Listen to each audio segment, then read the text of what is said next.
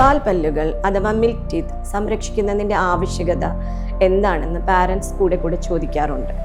പാൽപ്പല്ലുകൾ അഥവാ milk teeth നഷ്ടപ്പെടുമ്പോൾ അത് കുട്ടികളുടെ ആരോഗ്യത്തിനെ അത് സാരമായി ബാധിക്കും. അവർക്ക് ചവച്ചരച്ച് കഴിക്കാൻ സാധിക്കുന്നില്ല.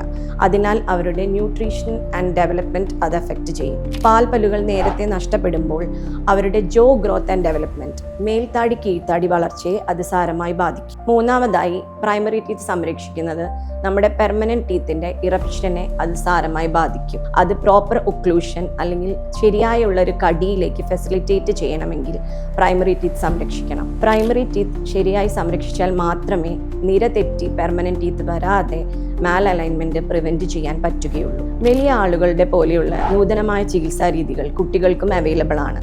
അത് പ്രയോജനപ്പെടുത്തി അവരുടെ ദന്ത സംരക്ഷണം നമ്മളുടെ ഒരു റെസ്പോൺസിബിലിറ്റിയായി നമുക്കെടുക്കാം.